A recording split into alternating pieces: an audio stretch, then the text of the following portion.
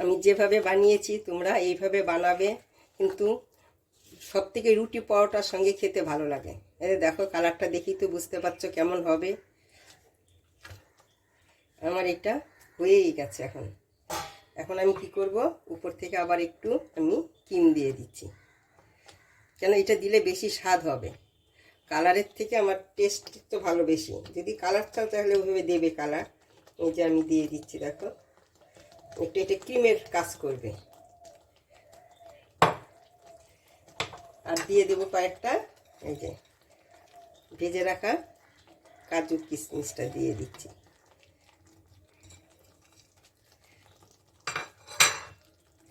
আর দেবো কি বলো তো, একটু এই যে বাটার দিয়ে দিলাম। আমি এই যে গরম জল বসিয়েছি, গরম হয়ে গেছে। এখন এখানে আমি এই পালং শাকটাকে আমি একটু সিদ্ধ করে নেব। পালং শাকটা না সিদ্ধ হয়ে গেছে। এখন আমি এটাকে নামিয়ে নিচ্ছি। এইভাবে আমি সবটা পালং শাক নামিয়ে এটাকে আমি এই যে ঠান্ডা জলে 2 বা 3 বার একটু ধুয়ে নেব। নর্মাল জল মানে কি, এখন যে ঠান্ডা জল আছে সেই জলে, আমার জলটা খুব ঠান্ডা, এটাতে আমি একটু ডুবিয়ে রেখে দিব, বারবার ধুয়ে নেব যখন ঠান্ডা জল। এখন আমি এখানে পালং শাকটা দিয়ে দিচ্ছি, আর দিয়ে দিব যে যেমন লঙ্কা খাবে সেই অনুযায়ী লঙ্কা। সবগুলোকে আমি একসঙ্গে পেস্ট করে নিচ্ছি। এখন একটা মশলা করে নিচ্ছি, কি এই যে আমুল দুধ মানে পাউডার দুধ 2 চামচ দিয়েছি। আর দেব এই যে কয়েকটা পনির টুকরো।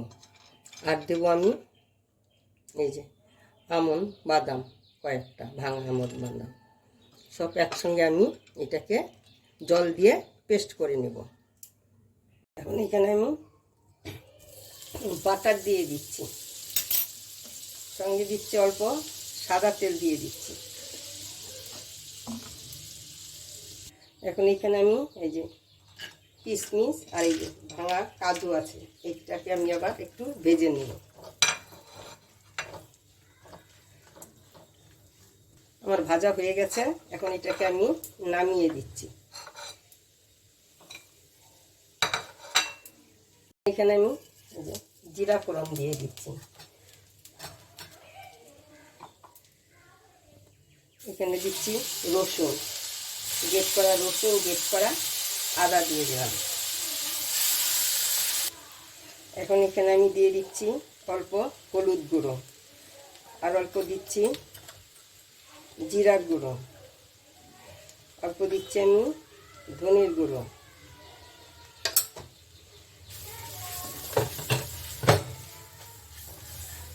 এখন এখানে দিয়ে দিচ্ছি আমি পেঁয়াজ।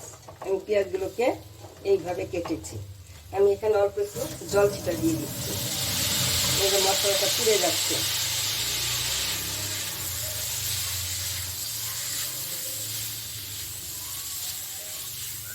এখন এখানে দিয়ে দিচ্ছি আমি কয়েকটা পাকা টমেটো, এরকম করে কেটে নিয়েছি আমি।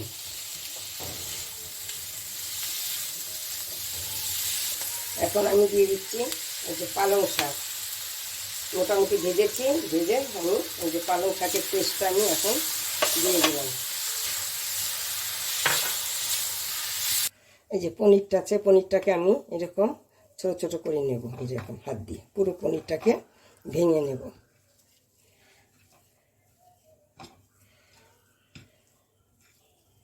এই যে এরকম হয়েছে, অল্প দানা দানাও আছে, ভাঙাও আছে। এখন এখানে দিয়ে দিচ্ছি আমি এই যে পেস্ট করেছিলাম মিষ্টি ধোয়া জল, জলটাও দিয়ে দিলাম এখানে।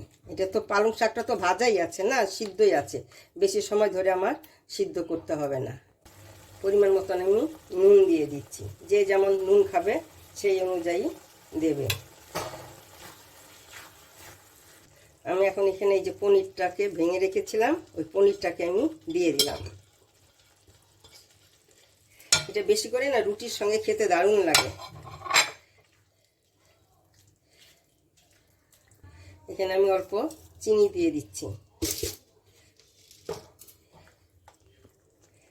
আমি বাদাম আর কিশমিশ, কাজু বাদাম আর কিশমিশটা ভেজে রেখেছিলাম, ওইটাকে আমি এখন দিয়ে দিলাম।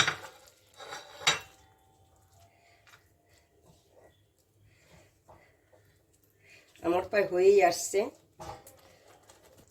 আমি যে ক্রিমটা করেছিলাম ওইটাকে আমি দিয়ে দিলাম। এখন দেখো দেখতে কি সুন্দর হয়েছে।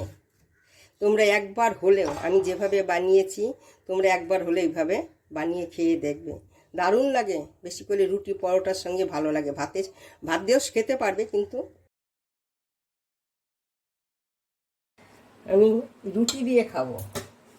রুটি দিয়ে খেতে এটা বেশি ভালো লাগে, তাই আমি রুটি দিয়ে নিচ্ছি খেতে। তোমরা না চেষ্টা করবে রুটি বা পরোটা দিয়ে খেতে, দারুণ লাগে খেতে। কিন্তু এই সেই আমি বলছি না, তোমরা খেয়ে দেখবে। আমি খেয়ে দেখছি,